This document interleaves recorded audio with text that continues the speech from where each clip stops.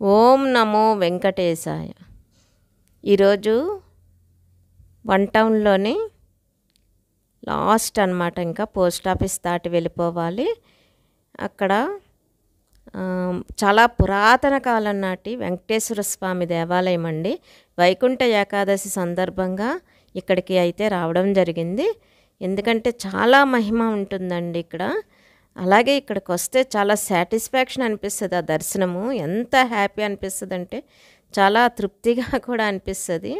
ఇదంతా పోర్టు ఆధ్వర్యంలో ఉన్నదండి ఈ స్థలము ఇదంతాను.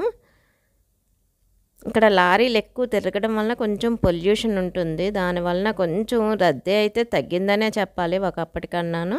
ఇదిగోండి స్వామివారి ఎంట్రన్స్ ఇక్కడ.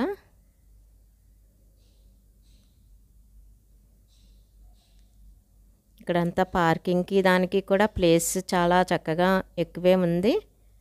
చాలా విశాలమైన వాతావరణము, మొత్తం గ్రీనరీయేనండి అంతాను. చాలా అంటే ఒక కొండ మీద అనమాట ఈ స్వామి ఉండేది.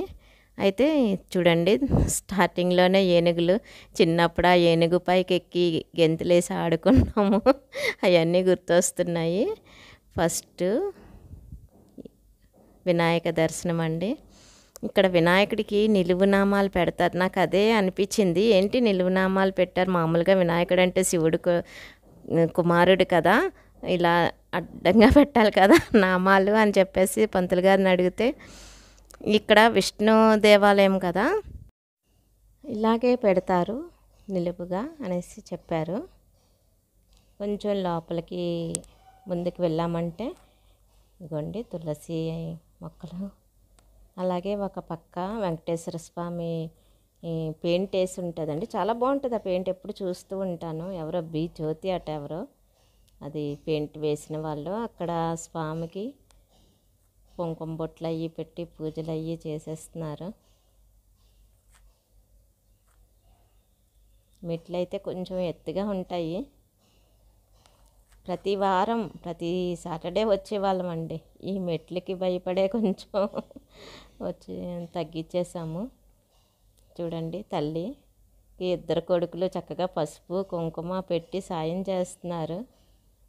ప్రతి మెట్టుకి వేస్తూ వెళ్తున్నారు.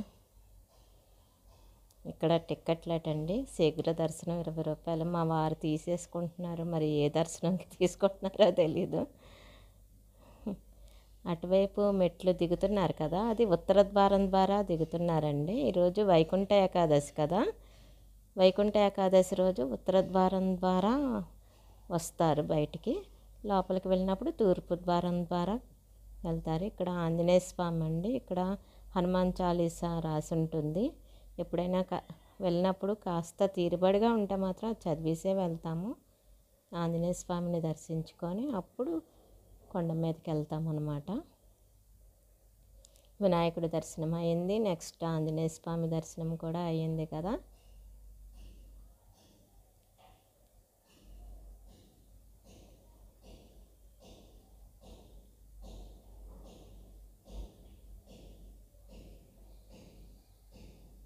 ఈ వాతావరణం చాలా బాగుందండి. మెయిన్ పులిగోర ముగ్గేసి ఉన్నది.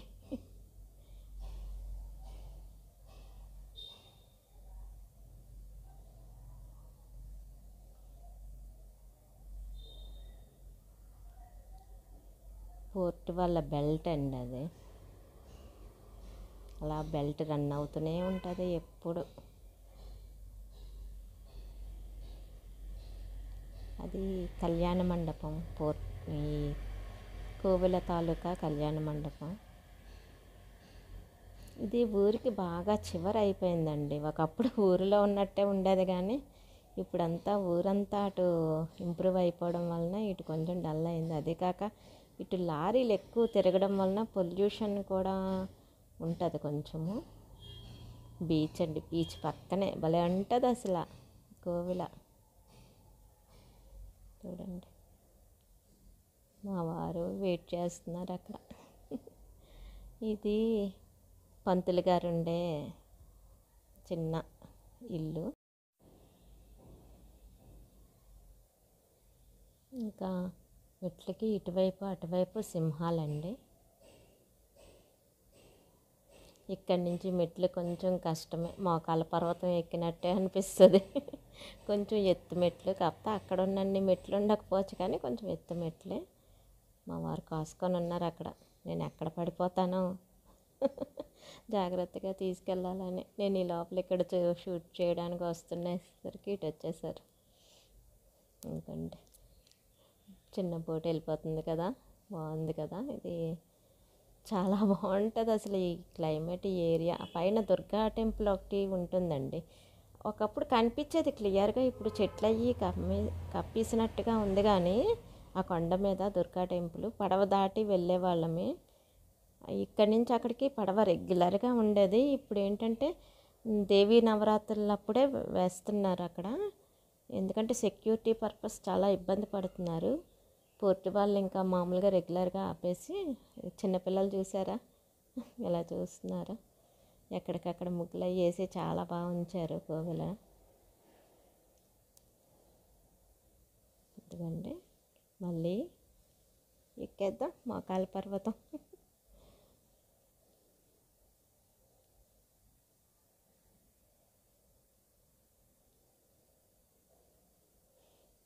నేను ఎక్కే వరకు మా వారికి భయమే.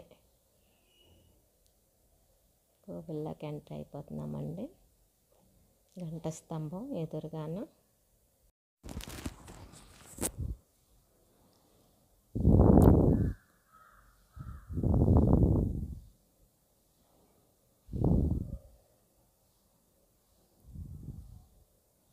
పోర్ట్ అండి, ఎదురుగా కనిపిస్తుంది కదా పోర్టు. ఇక్కడికి వస్తే పోర్టు కాస్త క్లియర్గానే కనిపిస్తుందండి ఈ కొండ మీద నుంచి. ఈ కట్టడాలు కూడా చాలా పురాతనమైన కట్టడం అండి ఇది. ఈ విశాఖపట్నంలోని ఈ తొలిసారిగా నిర్మించిన వెంకటేశ్వర స్వామి దేవాలయం అండి ఇది. ఎన్నో సంవత్సరాల క్రితం నాటిది. ఇక్కడ హోమాలు అవి చేస్తారు. మేము 2 రోజుల క్రితమే వచ్చి ఇక్కడ బట్టలు సమర్పించాము. అంటే ఈ వైకుంఠ ఏకాదశి రోజు స్వామివారికి కింద వినాయకుడు, ఆంజనేయ స్వామి, ఇక్కడ విగ్రహాలకి అన్నిటికీ మేము ఇచ్చిన వస్త్రాలు కట్టేవాళ్ళు అనమాట. అయితే ఈ సంవత్సరము ఒక్కరోజు లేట్ చేశాము. ఆ ఒక్కరోజు లేట్ ఫలితంగా ఈరోజు కట్టలేదు. వాళ్ళు భోగికి అలా కడతామని చెప్పారు.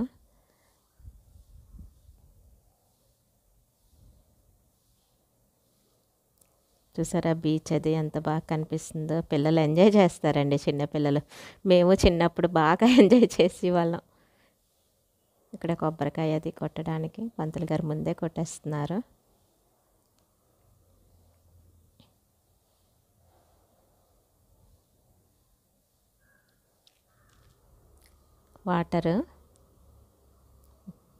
వాటరు మిషన్ లాంటిది పెట్టారు, వాటర్ ప్యూర్ వాటర్ కోసం.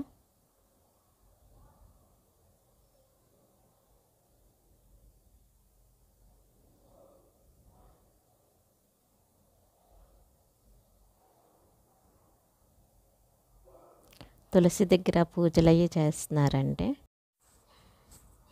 ఇలవేలుపై నావు కలియుగములో నీవు, ఇంకేమి కొరత శ్రీ గోవింద, మాకు ఇంకేమి కొరత శ్రీ గోవింద. ఇలవేలుపై నావు కలియుగములో నీవు, ఇంకేమి కొరత శ్రీ గోవింద, మాకు ఇంకేమి కొరత శ్రీ గోవింద. గోవింద స్వామి గోవింద, గోవింద స్వామి గోవింద, గోవింద స్వామి గోవింద, గోవింద స్వామి గోవింద. కోనేటిలో మునిగి గోపురము కడ నిలచి, గొంతెత్తి పిలిచితే గోవింద. కోనేటిలో మునిగి గోపురము కడ నిలచి, గొంతెత్తి పిలిచితే గోవింద, కొంగు బంగారమై గోవింద, నీవు కోరికలు తీర్చేవు గోవింద. కొంగు బంగారమై గోవింద, నీవు కోరికలు తీర్చేవు గోవింద. ఇలవేలుపై నావు కలియుగములో నీవు, ఇంకేమి కొరత శ్రీ గోవింద, మాకు ఇంకేమి కొరత శ్రీ గోవింద. నిలువు దోపిడిలిచ్చి నీకు మమ్మర్పించి, నిన్ను నమ్మినా చాలు గోవింద. నిలువు దోపిడిలిచ్చి నీకు మమ్మర్పించి, నిన్ను నమ్మినా చాలు గోవింద. ఎదలోన నిలిచేవు గోవింద, నీవు నిధులిచ్చి కాచేవు గోవింద. ఎదలోన నిలిచేవు గోవింద, నీవు నిధులిచ్చి కాచేవు గోవింద. ఇలవేలుపై నావు కలియుగములో నీవు, ఇంకేమి కొరత శ్రీ గోవింద, మాకు ఇంకేమి కొరత శ్రీ గోవింద. ఆనంద నిలయాన అభయహస్తము చూచి హత్తించితే చాలు గోవింద.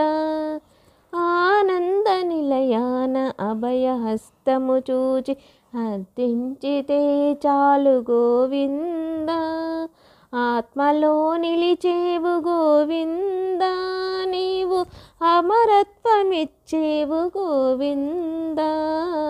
ఆత్మలో నిలిచేవు గోవింద, నీవు అమరత్వమిచ్చేవు గోవింద. ఇలవేలుపై నావు కలియుగములో నీవు, ఇంకేమి కొరత శ్రీ గోవింద, మాకు ఇంకేమి కొరత శ్రీ గోవింద. ఇలవేలుపై నావు కలియుగములో నీవు, ఇంకేమి కొరత శ్రీ గోవింద, మాకు ఇంకేమి కొరత శ్రీ గోవింద. గోవింద స్వామి గోవింద, గోవింద స్వామి గోవింద, గోవింద స్వామి గోవింద, గోవింద స్వామి గోవింద. ఇక్కడ దశావతారాలునండి. దశావతారాలు బాగా నిర్మించారు. ఉయ్యాల, స్వామివారి ఉయ్యాల. అన్నమాచార్యుల వారండి. ఇదిగోండి అన్నమాచార్యుల వారు.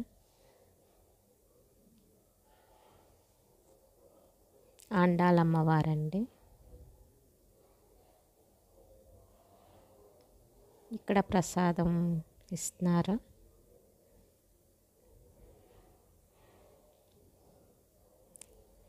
ఇది ఉత్తర ద్వారం అండి. ఈ ఉత్తర ద్వారం ద్వారానే బయటికి వెళ్ళాలి.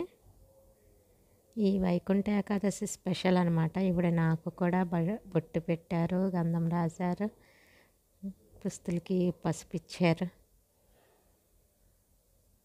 అదే సౌభాగ్యం కదండి ఆడవాళ్ళకి. అయిపోయిందండి దర్శనము. ప్రసాదం తీసుకుంటున్నాము. ప్రసాదం తీసుకొని ఇంకా బయటికి వెళ్ళిపోవడమే ఉత్తర ద్వారం ద్వారాన.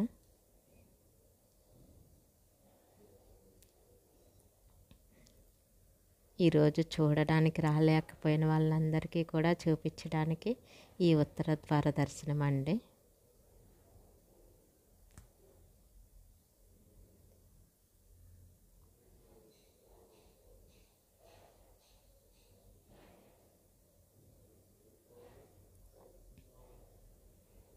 అందరూ ఫ్యామిలీతో పిల్లలతో భలే వచ్చారండి. అసలు నిజంగా దర్శనానికి నేను ఎక్స్పెక్ట్ చేయలేదు అసలు ఇలా దర్శనం అవుతుంది అనేసి.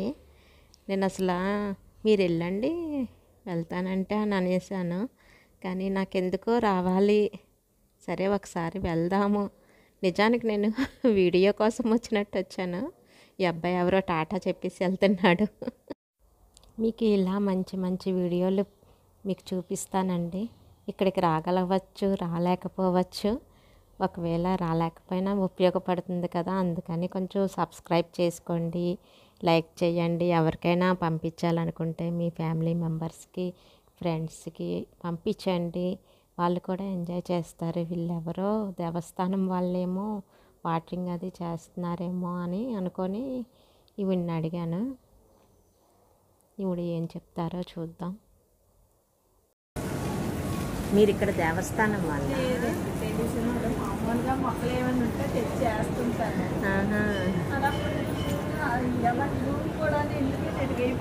అవునవును, వాళ్ళని మంచి పని చేస్తున్నారు. అవును అవును, లేదు 3 రోజుల నుంచి.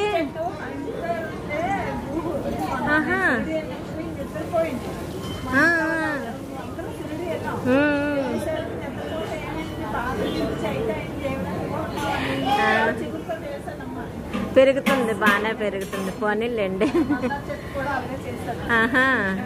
ఓకే, బాగుంది బాగుంది. అవును, ఒకప్పుడు ఇది చాలా గొప్పగా నిండుగా ఉండేది, అంటే ఇప్పటికీ నిండుగానే ఉంది, కాకపోతే ఊరికి చాలా దూరం అయిపోయింది. పోర్ట్ వాళ్ళు ఒకటి ఆక్యుపై చేస్తారు కదా అంతాను, దానివల్ల కొంచెం తగ్గారు. కానీ మా చిన్నప్పుడు అయితే ఫుల్ ఉండేదండి. మామూలు ప్రతి శనివారం అయితే రష్, రావడానికి రిస్క్ చేయలేకపోతున్నారు. కానీ ఇక్కడికి వచ్చే వరకు వద్దామా వద్దా అని అనుకున్నా, కానీ ఇక్కడికి వచ్చాక అనిపిస్తుంది అసలు రావడం ఎంత మంచిదైంది అనిపిస్తుంది. అంతలా నాకు తిరుపతి వెళ్తే ఎంత సాటిస్ఫాక్షన్ ఉంటుంది, ఇక్కడికి వస్తే అలా అనిపిస్తుంది. అంతే కదా.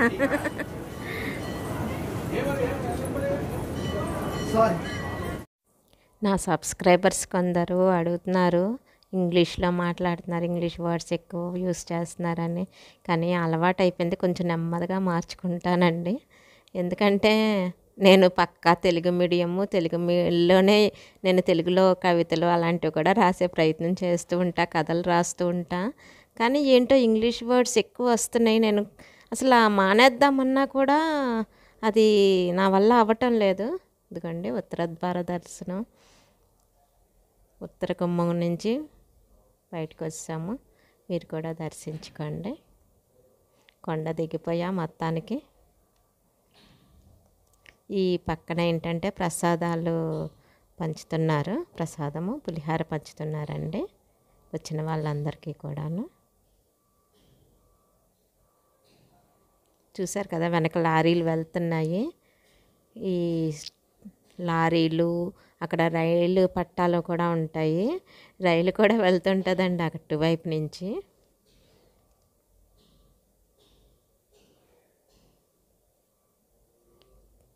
నాకు అయితే మాత్రం చిన్ననాటి జ్ఞాపకాలే అలా వచ్చేస్తున్నాయి. అది కన్నెమరియమ్మ కొండ అండి, ఆ పైన కన్నెమరియమ్మ చర్చిలా ఉంటుంది. అయితే ఇంకొక కొండ కూడా ఉంటుందండి ఇటువైపు. అక్కడ ఏంటంటే మసీదు ఉంటుంది. ఇదిగోండి మసీదు. 3 కొండలండి, 3 కొండల మీద 3 దేవుళ్ళు. మసీదు, అటు చర్చు, ఇటేమో వెంకటేశ్వర స్వామి. ఇది మాత్రం అద్భుతమేనండి. వైజాగ్లోని ఈ 3 కొండల మీద 3 పక్కనే ఉండడము ఒక అద్భుతమైన చెప్పాలి. నా వీడియో మీకు ఎలా అనిపించిందో కామెంట్ సెక్షన్లో తెలియజేయండి. మరో మంచి వీడియోతో మళ్ళీ కలుద్దామండి. ధన్యవాదములండి.